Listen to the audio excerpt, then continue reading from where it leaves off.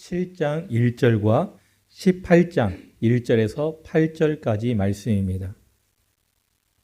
창세기 17장 1절 그리고 18장 1절에서 8절까지의 말씀. 17장 1절은 한 절 같이 한 목소리로 봉독하시고요. 18장은 한 절씩 교독하시겠습니다. 17장 1절입니다. 아브라함이 99세 때에 여호와께서 아브라함에게 나타나서 그에게 이르시되 나는 전능한 하나님이라 너는 내 앞에서 행하여 완전하라. 18장을 교독하시겠습니다. 여호와께서 마므레의 상수리 나무들이 있는 곳에서 아브라함에게 나타나시니라. 날이 뜨거울 때에 그가 장막문에 앉아 있다가 눈을 들어본즉 사람 셋이 맞은편에 서 있는지라. 그가 그들을 보자 곧 장막문에서 달려나가 영접하며 몸을 땅에 굽혀 이르되 내 주여 내가 주께 은혜를 입었사오면 원하건대 종을 떠나 지나가지 마시옵고 물을 조금 가져오게 하사 당신들의 발을 씻으시고 나무 아래에서 쉬소서. 내가 떡을 조금 가져오리니 당신들의 마음을 상쾌하게 하신 후에 지나가소서. 당신들이 종에게 오셨음이니이다. 그들이 이르되 내 말대로 그리하라. 아브라함이 급히 장막으로 가서 사라에게 이르되 속히고 온 가루 세 쌀을 가져다가 반죽하여 떡을 만들라 하고 아브라함이 또 가축대 있는 곳으로 달려가서 기름지고 좋은 송아지를 잡아 하인에게 주니 그가 급히 요리한지라. 아브라함이 엉긴 젖과 우유와 하인이 요리한 송아지를 가져다가 그들 앞에 차려놓고 나무 아래에서 모서 서매 그들이 먹으니라. 아멘. 오늘 우리에게 주신 하나님의 말씀 창세기 17장 1절과 18장 1절에서 8절 말씀으로 하나님의 뜻을 알고 말씀을 따라 살아감으로써 하나님의 은혜 안에 또 하나님의 뜻을 이루며 살아가는 우리 모두가 되기를 원합니다. 예전에 사역하던 교회에서 한 청년이 직장에 취업했다는 이야기를 듣고 축하를 해 주었습니다. 그런데 얼마 되지 않아서 일을 그만두게 되었다는 얘기를 들었습니다. 왜 그랬느냐 했더니 예전에 비슷한 일로 아르바이트를 해서 그냥 할만하다 싶어서 직장에 들어갔는데 직장과 아르바이트는 전혀 다르다고 했습니다. 아르바이트 할 때는 조금 실수해도 봉인되고 이해하고 넘어가줬는데 직장인으로서는 그것이 허용되지 않았고 아르바이트 할 때보다 더 엄격한 기준을 제시해서 본인이 그것을 감당하기 너무 힘들었고 또 본인이 그것을 감당하기 힘든 것을 보고 그 회사에서도 계속 같이 일할 수 없을 것 같다라는 이야기를 들어서 권고 사직을 했다라는 얘기를 들은 적이 있습니다. 어찌 보면 그 회사 입장에서도 당연한 것이라고 여겨집니다. 이처럼 우리를 부르신 하나님, 우리 하나님도요, 그리스도인이 된 우리, 그리스도인으로서 우리가 살아가기 시작하면 우리에게 그것은 믿지 않는 사람들에게 하는 것보다 훨씬 더 강도 높고 조금 더 구체적인 요구를 하시는데 오늘 말씀을 통해서 하나님께서 우리에게 무엇을 요구하시는지 그리고 우리가 어떻게 해야 되는지 아브라함의 이야기를 통해서 우리가 그것을 알기 원합니다. 아브라함이 99세가 된 어느 날이었습니다. 그가 어느 날 쉬고 있을 때에 하나님께서 그를 찾아오십니다. 그에게 나타나셔서 하나님께서 말씀하시는데 놀라운 얘기를 하십니다. 17장 1절 우리가 읽었던 말씀인데요. 한번 읽어볼까요? 나는 전능한 하나님이라 너는 내 앞에서 행하여 완전하라.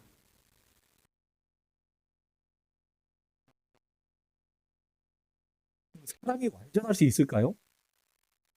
사람은 완전할 수 없습니다. 완전이라는 단어를 사전을 찾아봤더니 이런 뜻을 가지고 있더라고요. 그 정확한 의미의 한치의 어긋남도 없음. 필요한 요소를 모두 갖추어 부족함이나 결함이 없음. 여러분, 한치 어긋남도 없고 결함이 없는 사람이 어디 있습니까? 우리가 그냥 신체적으로만 봐도요, 다 뭔가 좀 부족한 게 있습니다. 한치 어긋남도 없고 부족함도 없고 결함도 없어야 완전한데 우리는 이미 하나님 앞에 죄인입니다. 우리의 신체적으로도 완전하지 못할 뿐더러 우리의 영적으로도 하나님 앞에 죄를 지은 죄인이기 때문에 우리는 이미 완전할 수 없습니다. 그럼 이제 글렀어 하고 그냥 포기해야 될까요? 네. 아브라함의 모습을 보면 포기하면 안 됩니다. 왜 그러느냐? 하나님은 아브라함에게 나타나셔서요. 너는 행하여 완전하라 라고 말씀하셨습니다. 그런데 하나님이 우리가 불완전한 존재인지 모르고 완전하라고 말씀하셨을까요? 아니라는 거죠. 우리가 불완전한 존재임을, 부족한 존재임을 알고 계심에도 불구하고 우리에게 완전하라고 말씀하십니다. 그렇다면 우리가 어떻게 해야 하나님께서 원하시는 완전함에 이를 수 있을까? 내가 예수님을 믿기 시작한 때부터, 진실되게 예수님을 믿기 시작한 때부터 죄를 짓지 않으면 될까요? 하나님께서 어느 날 나타나셔서 아브라함에게 나타나신 것처럼 나에게 나타나셔서 너는 행하여 완전하라라고 말씀하시면 그때부터 하나님의 뜻대로 살면 될까요? 성경에서 우리가 우리를 향해서 완전하라고 하신 하나님의 말씀을 이해하려면 이 완전하라는 이 말이 성경의 다른 곳에서 누구에게 어떻게 사용되었는지, 그 완전을 이루는 조건이 무엇이었는지를 한번 우리가 살펴보면 조금 더 이해하기 쉬울 겁니다. 성경에서 하나님께서 그 어떤 사람을 향해서 완전한 사람이다라고 표현한 사람이 있습니다. 그냥 노아입니다. 성경은 노아에 대해서 창세기 6장 9절에 이렇게 기록하고 있습니다. 같이 읽어보겠습니다. 노아는 의인이요 당대의 완전한 자라. 그는 하나님과 동행하였으며. 자, 노아에 대해서 의인이라고 말할 뿐만 아니라 완전한 자다라고 말씀하고 계시는데요. 그 조건이 뭐였습니까? 네. 화면이 사라져가지고 이제 컨닝을 할 수도 없고. 네. 조건이 뭐였죠? 하나님과 뭐 했다고요? 동행하였다라고 기록하고 있습니다. 노아가 하나님께서 보시기에 완전한 자였고 그 완전하다고 인정받은 이유가 그가 하나님과 동행하였기 때문이다라고 기록하고 있습니다. 근데 노아보다 더 완전한 사람이 있었습니다. 이 사람은 얼마나 완전했던지 이 땅에서 살다가 죽임을 당하지 않고요. 하나님께로부터 그대로 불림을 받아서 올라가게 되었습니다. 누구입니까? 에녹입니다. 에녹. 에녹의 삶이 얼마나 완전했던지 하나님은 그를 죽이지 않고 데려가셨습니다. 그런 에녹을 성경은 이렇게 말하고 있습니다. 같이 읽어보겠습니다. 에녹은 65세에 무두셀라를 낳았고 무두셀라를 낳은 후 300년을 하나님과 동행하며 자녀를 낳았으니 24절에 또 이렇게 기록합니다. 에녹이 하나님과 동행하더니 하나님이 그를 데려가심으로 세상에 있지 아니하더라. 자, 이 두 말에서 똑같이 나온 단어가 뭡니까? 하나님과 동행했다. 누가요? 에녹이. 에녹이 하나님과 동행했습니다. 무려 300년 동안 동행했습니다. 부부가요. 같이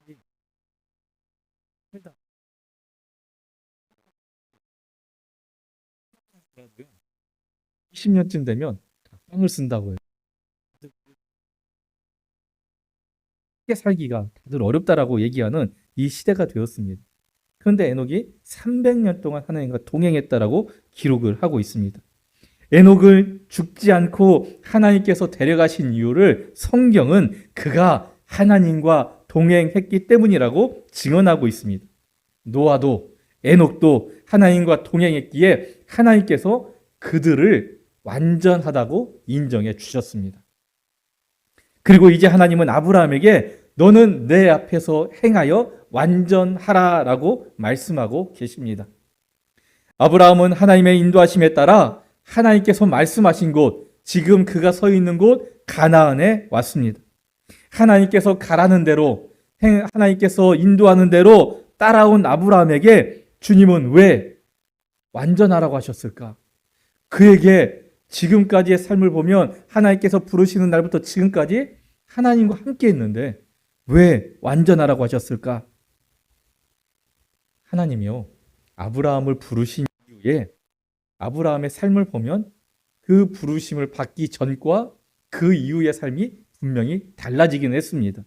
하지만 아브라함은 아직까지 하나님께서 원하시는 그런 삶에 이르지 못했습니다.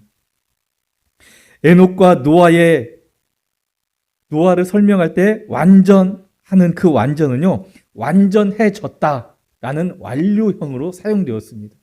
하지만 아브라함에게 말하는 완전하라에서의 완전은요, 완전해지라는 명령형이고, 그리고 진행형으로 사용되어진 말이 사용이 되어졌습니다. 지금까지의 아브라함의 삶을 보면 하나님 앞에서 행하는 삶이 아니었다는 겁니다. 하나님과 함께하는 것처럼 살았지만 실제로는 하나님과 동행하지 못했습니다. 겉으로는 하나님을 믿는 사람처럼 보였지만 그의 실상, 그의 삶을 보면 자기 마음대로 살았습니다. 그래서 하나님께서는 지금부터 호람되어 하나님 앞에서, 내 앞에서 완전하라 말씀하시는 겁니다. 하나님께서 기뻐하시는 삶을 살아라, 하나님께서 인정하시는 삶을 살아라, 이 말씀을 하나님께서 직접 하고 계십니다. 우리의 삶은 하나님께서 원하시는 완전함을 이루기 위한 삶의 여정입니다. 우리가 어느 한순간 완전해지지 못했기 때문에 이 삶의 여정을 통해서 조금씩 하나님 앞에 한 걸음 한 걸음 나아가면서 하나님께서 원하시는 그 완전함, 어느 순간 우리의 인생에서 그 어느 순간인가는 우리도 하나님께서 원하시는 완전함에 이룰 수 있기를 하나님께서 원하시고 계시는 말씀입니다. 그렇다면 우리는 어떻게 살아야 하나님께서 원하시는 완전함에 이룰 수 있을까요? 그 답은 우리가 두 번째로 읽었던 창세기 18장부터의 내용을 보면 우리가 알 수 있습니다. 17장은 하나님께서 아브라함에게 나타나셔서 행하여 완전하라 하시며 할례를 명하십니다. 그러나 할례는 이제 새롭게 시작하는 삶의 준비일 뿐이고요. 18장에 아브라함의 장막에 찾아오신 하나님과 아브라함의 이 짧은 만남을 통해서 하나님께서 아브라함에게 원하셨던 완전한 삶을 아브라함이 어떻게 이루고 있는지 보여주고 있습니다. 이 내용을 통해서 아브라함이 하나님께서 원하시는 완전함을 이루기 위해 어떠한 결정을 했고 어떠한 변화된 모습을 보이는지 살피면서 우리도 아브라함과 같이, 그리고 에녹과 노아와 같이 믿음의 선조들처럼 완전함을 이룰 수 있기를 원합니다. 먼저 하나님은 아브라함에게 하나님께서 원하시는 완전함을 이루기 위해서요, 하나님을 바라보라고 말씀하십니다. 2절, 3절 첫 부분까지 한번 같이 읽어보겠습니다. 오늘 들어본즉 사람 셋이 맞은편에 서 있는지라 그가 그들을 보자 곧 장막문에서 달려나가 영접하며 몸을 땅에 굽혀 이르되 내 주여. 우리가 살면서요, 참 많은 것을 보고 살아갑니다. 여러분, 아침에 일어나면서 지금까지 무엇을 보셨습니까? 여러분, 종이 한 장을 이렇게 앞에 갖다 놓고 아침에 눈을 뜨고 지금까지 본 것을 한번 다 적어 보십시오 하면 하나도 안 빠뜨리고 안 빼놓고 적을 수 있는 분 있습니까? 없습니다. 왜 그럴까요? 너무나 많은 것을 보았기 때문에 기억을 할 수가 없어요. 우리는 그만큼, 우리가 기억할 수 없을 만큼 많은 것들을 보고 살아갑니다. 본문의 아브라함이 날이 뜨거워 장막문에 앉아 있었습니다. 이런 모습은요, 당시 어디에서나 볼 수 있는 흔한 풍경이었습니다. 야이기 때문에 광야나 사막은 한낮의 기온이 얼마큼 올라갑니까? 적어도 60도 정도까지는 올라갑니다. 그렇게 햇볕이 강렬하고 뜨거워서 그늘에 쉬고 있는 사람들의 모습을 이상하다고 여기는 사람은 없을 겁니다. 더구나 본문에서 날이 뜨겁다라고 표현을 하고 있는데요, 이 날이 뜨겁다라고 표현하는 이 시간은 정오가 넘어서 가장 뜨거운 2시경을 나타내고 있습니다. 자, 점심이 지나 가장 뜨거울 때 다른 때보다 더 졸리잖아요. 그 시간이 되면 종들마저 그늘에서 쉬고 있는 그 시간에 대부분의 사람들이 그늘에 쉬고 있을 때 그 쉬는 모습이 사람들마다 조금 다른데, 손님이라면 아무것도 하지 않고 편하게 쉴 수 있었고요, 그 일에서 일하는 하인이나 종이라 할지라도요, 몇몇의 사람들만 빼고, 불침번호서는 몇몇의 사람들만 빼고 잠을 자거나 개인적인 용무를 볼 수 있었습니다. 하지만 주인은 달랐습니다. 주인은 다 쉬고 있는 동안에도요, 늘 주변을 살피고 있습니다. 자연 환경을 바라보면서 멀리 내다보기도 하고요. 주변 환경이 지금 좋은지 나쁜지, 우리를 위협하는 사람들이 혹시 우리에게 다가오고 있지 않은지, 내 가족들이 안전한지, 내 재산인 가축대들이 지금 괜찮은지 늘 살피고 관리해야 했습니다. 이렇게 주변을 바라보고 있던 아브라함에게 평소 눈에 띄지 않았던 세 명의 사람이 눈에 보였습니다. 물론 낯선 사람이니까 더 눈에 띌 수도 있었겠지만 아브라함은 그들에게서 보이지 않는 그 사람들에게 집중하기 시작했습니다. 우리가 살면서 이 무엇을 보는가, 그것은 굉장히 중요합니다. 왜 그럴까요? 우리가 보는 것을 마음에 품기 때문에 그렇습니다. 하나님은 에덴 동산에 있는 아담에게 모든 것을 허락해 주셨습니다. 이 동산에 있는 각종 실과를, 모든 푸른 풀을 너희에게 먹을 것으로 주노라, 다 허락해 주셨습니다. 한 가지만 빼고요. 뭡니까? 선악과입니다. 선악을 알게 하는 나무의 과실은 너희가 먹지 말라. 그런데 사탄이 이 선악과로 사람들을 유혹합니다.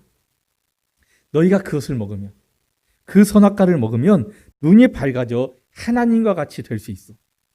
그래서 하나님 못 먹게 하는 거야. 이 말을 듣고 선악과를 보니 그 선악과의 상태가 어떻습니까? 먹음직도 하고 보암직도 하고 탐스럽게 여길 만하게 보였습니다. 그래서 어떻게 합니까? 결국 그 선악과를 따먹고 말았습니다. 하나님께서 아담에게, 하와에게 금하신 그 나무의 열매가 먹음직스럽고 탐스럽게 보였습니다. 언제 그렇게 보였습니까? 그들이 그 선악과를 향하여 시선을 고정하고 바라볼 때 그렇게 보였다는 겁니다. 그 선악과를 바라보지 않았다면 그들이 그것을 마음에 품었겠습니까? 먹을 수 있었겠습니까? 먹을 생각을 하지 않았을 겁니다. 그것을 바라보는 순간, 그것을 집중하여 보는 순간 그 선악과가 먹음직스럽게 보였습니다. 탐스럽게 보였습니다. 이것을 하나님께서 못 먹게 하셨을까 궁금해하면서 그것을 먹게 되었습니다. 사탄의 유혹대로 하나님과 같이 될 수 있다는 그 유혹을 이겨내지 못하고 먹게 되었습니다. 우리가 하나님께서 금하신 것을 보게 되면 그 순간부터 죄에 빠지게 됩니다. 가나안에 이주한 뒤에 기근이 생기자 아브라함이 무엇을 보았습니까? 하나님께서는 가나안에 있으라 말씀하셨습니다. 그래서 아브라함을 그곳에 인도하셨는데 그곳에서 기근으로 어려움이 생기자 아브라함이 바라보았던 곳은 저 멀리 있던 애굽이었습니다. 그곳에 가서 죄를 짓습니다.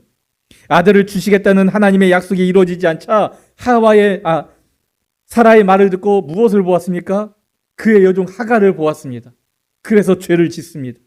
하나님께서 내년 이맘때에 아들을 주시겠다고 말씀하실 때도 이스마엘이나 살기를 원합니다 하고 약속의 아들이 아니라, 하나님의 약속의 말씀이 아니라 세상의 아들, 죄의 아들을 보게 되었습니다.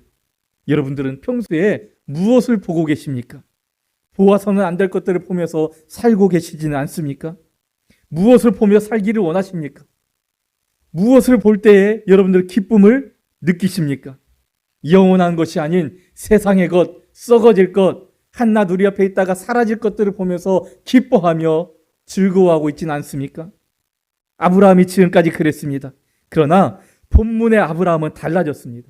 하나님께서 그에게 찾아왔을 때에 자기를 부유하게 만들고 당당하게 만드는 세상의 것을 바라보지 않았습니다. 세상의 재물을 보지 않았습니다. 정서적 안정을 주는 그 가족들을 바라보지 않았고요. 주변의 환경과 그가 살고 있는 그 주변의 아름다움을 바라보며 만족을 느끼는 게 아니라 자기에게 오신 하나님을 바라보고 있었습니다.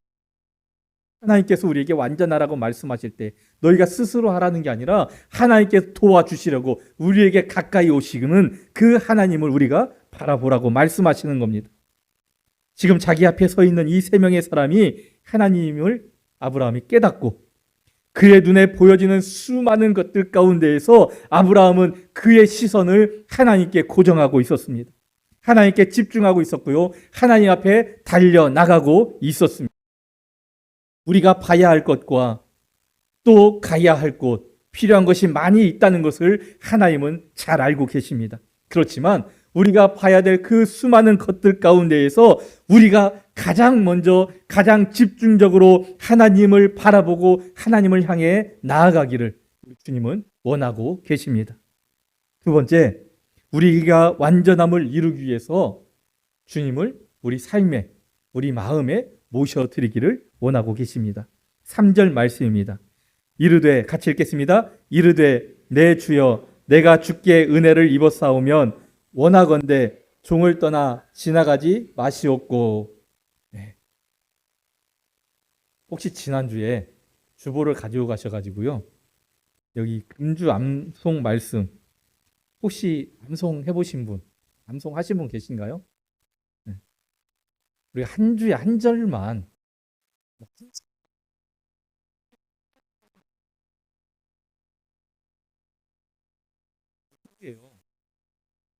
그래, 그냥 10번씩만 읽어도, 10번 아니고 지난주 거는 굉장히 짧았어요. 5번씩만 읽어도 일주일 7일 동안 하면은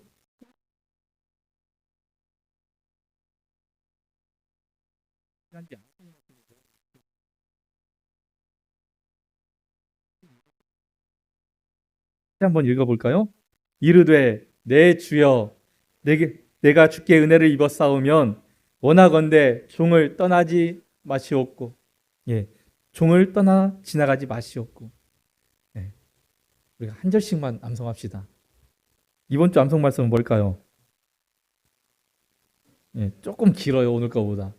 그래도 5번 안 되면 10번만 읽으면 암송할 수 있습니다. 우리 한번 같이 도전해 봅시다. 저도 하겠습니다. 자, 우리가 완전함을 이루기 위해서 하나님을 우리 삶에, 내 마음에 모셔드리기를 원하신다는 겁니다. 아브라함은 그를 찾아온 그의 장막 앞에 지금 도착한 분들이 하나님을 깨달았습니다. 그래서 달려나가 그 앞에 엎드리며 낮고 겸손한 자세로 아도나이, 내 주여라고 고백하고 있습니다. 그것으로 그치지 않습니다. 내가 주께 은혜를 입었사오면 원하건대 종을 떠나 지나가지 말아달라고 요청하고 있습니다. 여러분, 떠나가지 말라, 지나가지 말아달라는 것은 무엇입니까? 지금 이 순간 나와 함께 계시옵소서라고 고백하는 겁니다. 이것이 우리가 하나님 앞에 구해야 할 것입니다. 우리가 사는 동안 필요한 것들이 많이 있습니다. 우리가 사는 동안 누구에게나 없어서는 안 되는 것, 누구에게나 필요한 것이 있습니다. 무엇이 필요합니까? 여러분들 무엇이 필요합니까? 솔직해집시다. 돈이 필요하잖아요. 물질이 필요하잖아요. 물질 없이 살 수 있는 사람이 누가 있습니까? 하나님께서 아십니다. 그러나 우리가 이미 알다시피 우리가 재산이 아무리 많아도요, 돈이 아무리 많아도 그것으로 할 수 없는 것이 분명히 있습니다. 그래서 이런 글이 있습니다. 돈으로 집은 살 수 있어도, 돈으로 시계는 살 수 있어도 시간은 살 수 없다. 돈으로 침대는 살 수 있어도, 돈으로 책은 살 수 있어도 지식은 살 수 없다. 우리에게 정말 중요한 것이 무엇일까요?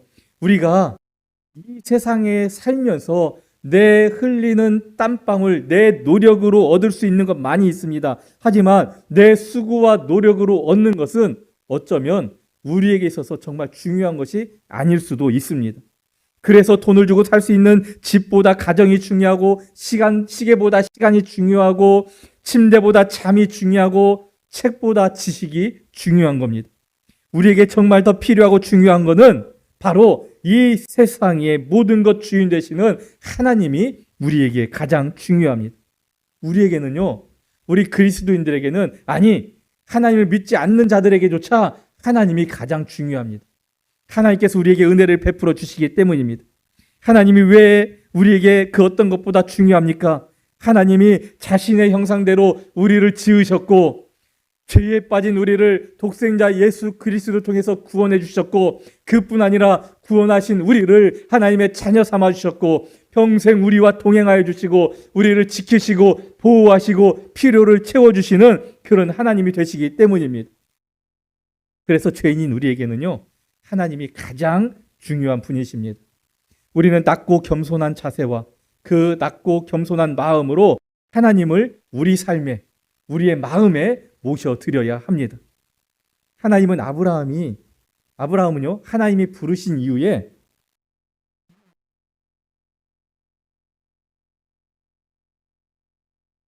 하나님의 부르심을 받은 아브라함이 제단을 가는 곳마다 쌓았다는 것은 그가 가는 곳마다 하나님 앞에 예배드렸다는 겁니다. 그의 모습을 보면 하나님께서 기뻐하시는 모습으로 살은 것 같지만 실제 아브라함은 자기가 하고 싶은 대로 살았던 사람입니다.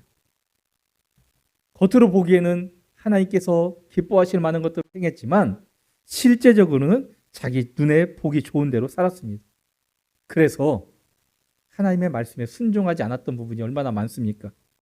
기근에 애굽을 보고 내려갔고요. 하나님이 원치 않는 사람을 바라보고 이스마엘을 낳았습니다. 우리도 아브라함과 같이 마음대로 할 때가 있지 않습니까? 말씀은 말씀이고 하나님의 말씀은 그렇지만 나는 이렇게 할 거야. 나는 이렇게 할 수밖에 없어. 자기를 정당화시키고 자기를 합리화시키고 말씀과 어긋나는 길로 행하면서도 양심의 죄책감을 받지 않고 그냥 내가 하고 싶었던 대로 내 눈에 보기 좋은 대로 하면서 살아왔던 우리의 모습도 분명히 있습니다. 그러나 이제는 달라져야 됩니다. 자기가 하고 싶은 대로 살았던 아브라함이었지만 오늘 본문을 보면 그가 달라진 모습을 보게 됩니다. 지금까지 아브라함은 하나님이 그에게 오실 때에도 그에게 왔다가 떠나가실 때에도 그게 상관하지 않았습니다. 하나님이 오시든 가시든 상관하지 않고 하나님이 하시는 대로 가만히 지켜보고 있었습니다. 그런데 달라진 아브라함은 어떻게 합니까? 오늘 말씀해 보니까 하나님을 붙들고 있습니다. 아브라함이 처음으로 하나님을 붙들고 하나님을 자기 집으로 초대하고 있습니다. 자기를 떠나서 지나가지 않기를 구하고 있습니다. 이것이 우리가 하나님께서 원하시는 완전해지는 방법입니다. 여러분의 삶 가운데에, 여러분의 심령 가운데에 하나님을 초대하고 모셔드리기 원합니다.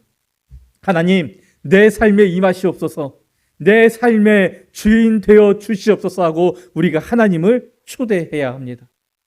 우리 같이 한번 하나님을 초대해 볼까요? 따라해 보겠습니다. 하나님, 내 삶에 임하시옵소서, 내 삶의 주인 되시옵소서,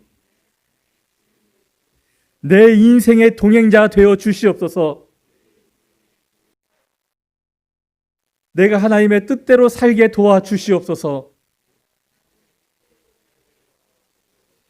우리가 이렇게 항상 고백하며 하나님을 초대해야 됩니다. 하나님, 내 눈에 보기 좋은 대로가 아니라 하나님께서 원하시는 것이 무엇인지 묻고 기도하면서 응답하신 말씀대로 내가 순종하며 살겠습니다. 그러니 내 마음에, 내 심령에, 내 삶에 임하시옵소서. 하나님, 나와 함께 하심으로 내 삶을 통하여 하나님께서 기뻐하시는 일을 이룰 수 있도록 도와주시옵소서. 이렇게 하나님을 초대하고 고백하며 우리가 하나님의 뜻을 이룰 수 있어야 합니다. 우리가 하나님을 초대하면은요, 하나님은 절대 외면하지 않으십니다. 여러분이 하나님을 우리의 심령 가운데에, 여러분의 심령 가운데에, 우리의 삶 가운데 초대하시면 하나님은 우리 인생에 들어오십니다. 우리 가정에 들어오시고 우리의 직장에 들어오시고 내 근심과 고통 속에 들어오셔서 우리와 함께 하실 뿐만 아니라 우리가 있는 아픔과 괴로움의 현장을 하나님께서 주시는 잔치와 기쁨과 은혜의 자리로 변화시켜 주십니다. 우리가 하나님을 모셔드리기 위해 초대하면 하나님은 기꺼이 우리 초대에 응해 주십니다. 이 순간부터 나 홀로 내가 원하는 대로 살아가는 그런 삶이 아니라 하나님을 초대하고 하나님과 동행하시는 우리 모두의 삶이 되기를 원합니다. 세 번째로 우리가 완전해지기 위해서요, 하나님께 헌신해야 함을 하나님 말씀하고 계십니다. 4절과 5절 말씀입니다. 같이 읽어보겠습니다. 물을 조금 가져오게 하사 당신들의 발을 씻으시고 나무 아래에서 쉬소서. 내가 떡을 조금 가져오리니 당신들의 마음을 상쾌하게 하신 후에 지나가소서. 당신들이 종에게 오셨음이니이다. 그들이 이르되 내 말대로 그리하라. 아멘. 아브라함은 하나님을 초대하면서요, 발 씻을 물을 내어 주었습니다. 이것은 당시에 지금도 마찬가지로 광야 지역에 사는 사람들은 이 문화가 남아 있는데요, 광야 사막에 사는 사람들은 긴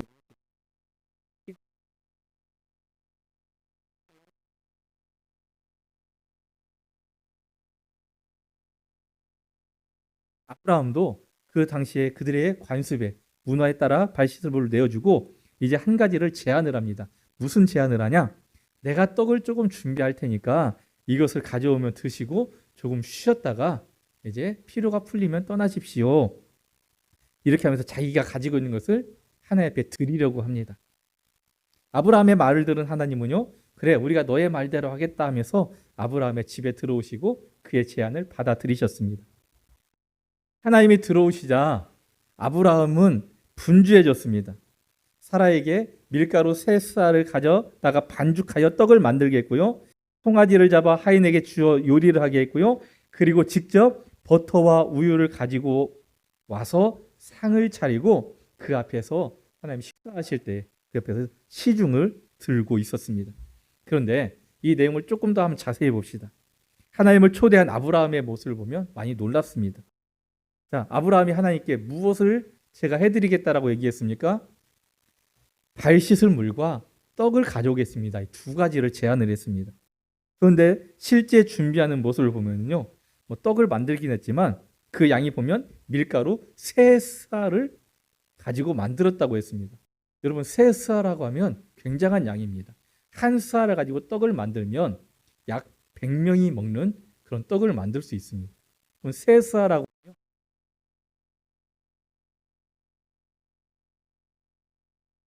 아니라 기름 좋은 송아지를 잡아서 사람에게 광야에서 구하기 어려운 버터와 우유까지 대접함으로 최선을 다해 하나님을 섬기며 하나님께 헌신하는, 자기의 것을 하나님께 내어드리는 그런 모습을 보여주고 있습니다. 우리가 이 모습을 보고 아브라함의 이 행동을 본받아야 됩니다. 우리는 하나님 앞에 우리의 것을 내어드릴 수 있어야 합니다. 어떤 사람은 자기의 가지고 있는 재능, 찬양으로 어떤 재능 중에 교사로서, 어떤 사람은 청소하는 것으로, 어떤 사람은 이런저런 봉사하는 것으로, 어떤 사람은 또 물질로서 하나님을 섬기고 하나님의 사역에 하나님의 원하시는 일들을 우리가 감당할 수 있어야 합니다. 우리는 우리가 가진 것과 재능을 통해서 하나님의 역사를 이룰 수 있고요, 하나님께 영광을 돌릴 수 있습니다. 아브라함은 복을 주시겠다는 하나님의 약속을 받고 그 약속을 바라보는 듯 했지만 하나님의 약속을 온전히 믿지 못하고 세상 지식과 자기의 생각을, 자기의 경험을 벗어나지 못하고 자기가 원하는 모습대로, 자기 눈에 보기 좋은 대로 살았던 사람이었습니다. 그 결과가 무엇이었습니까? 하나님께서 기뻐하시지 않는 근심의 열매들을 맺게 되었습니다. 하나님께서 인정하지 못할 불완전한 삶, 불완전한 믿음을 갖게 되었습니다. 그런 아브라함에게 하나님은 완전함을 요구하십니다. 우리가 부족하다고 생각하십니다. 우리도 부족합니다. 그런 우리에게도 하나님께서 완전함을 요구하십니다. 하나님은 우리가 부족함을 알고 계십니다. 그런데 왜 완전함을 요구하실까? 아브라함을, 우리를 못 살게 하려고, 괴롭히게 하려고 완전함을 요구하실까요? 아닙니다. 하나님은 그가 부족함을 알고 계셨기에 아브라함이 완전해질 수 있도록 친히 찾아오셨습니다. 도끼 위에 그를 찾아오셨습니다. 아브라함은 하나님이 그것 때문에 찾아오신 것을 깨닫게 되었고, 하나님께서 주신 이 기회를 붙잡고 하나님만 바라보려고 그의 시선을, 많은 보이는 것들 가운데에 그의 시선을 하나님께 주목하고 고정했습니다. 그리고 하나님만 바라보았습니다. 그리고 하나님을 그의 삶에, 그의 심령에, 그의 마음에 초대하고 자기의 집으로 초대하여 드렸습니다. 그뿐만이 아니었습니다. 자기가 가지고 있는 것으로 하나님께 드리며 하나님을 섬기는 그런 삶을 살았습니다. 그런 아브라함처럼 하나님은 이제 우리가 하나님만 바라보며 그 앞에 나아가고 우리 삶에 하나님을 초청하고 동행하기를 원하고 계십니다. 그리고 하나님께 우리의 것을 내어드리며 헌신함으로써 하나님께서 기뻐하시는 삶, 그리고 하나님께서 원하시는 그런 삶으로 우리가 한 걸음 한 걸음 더 성장해 나아가고 변화되기를 원하고 계십니다. 이런 하나님의 부르심 앞에, 원하시는 하나님의 그 뜻 앞에 여러분은 어떻게 살기를 원하십니까? 하나님의 그 원하시는 것을 우리가 우리의 삶으로 이루어냄으로 말미암아 하나님께서 기뻐하시는 그런 하나님의 백성 되기를 원합니다. 기도하겠습니다. 참 좋으신 하나님, 오늘도 우리에게 하나님의